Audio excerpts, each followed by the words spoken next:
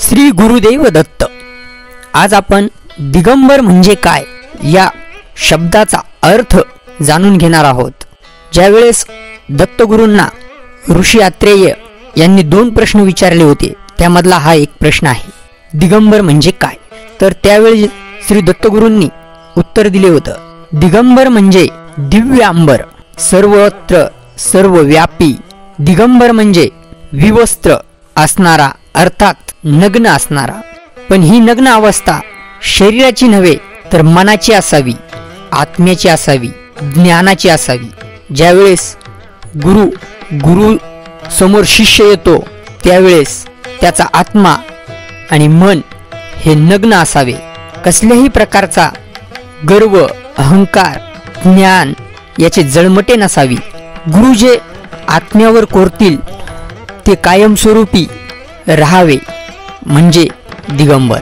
दिगंबर म्हणजे एकच अंबर, 3 ऋतू, 3 प्रहर आणि या तिघांना भेद न करता सर्वस्व म्हणजे सूर्य, अर्थात अत्री ऋषी असं गुरुदेव दत्तांनी सांगितले। दिगंबर हे सर्वव्यापी आहेत, म्हणून दिगंबरा दिगंबरा श्रीपाद वल्लभ दिगंबरा। गुरुदत्तांचे नामस्मरा, परमेश्वर हे जगी खरा। या जपाचा, याचे नामस्मरण केल्याने आपल्यावरचे दुःख, दारिद्र्य, संकटे नष्ट होतात आणि आपल्या घरामध्ये सुख, शांती, समृद्धी ही आनंदाने नांदायला लागते।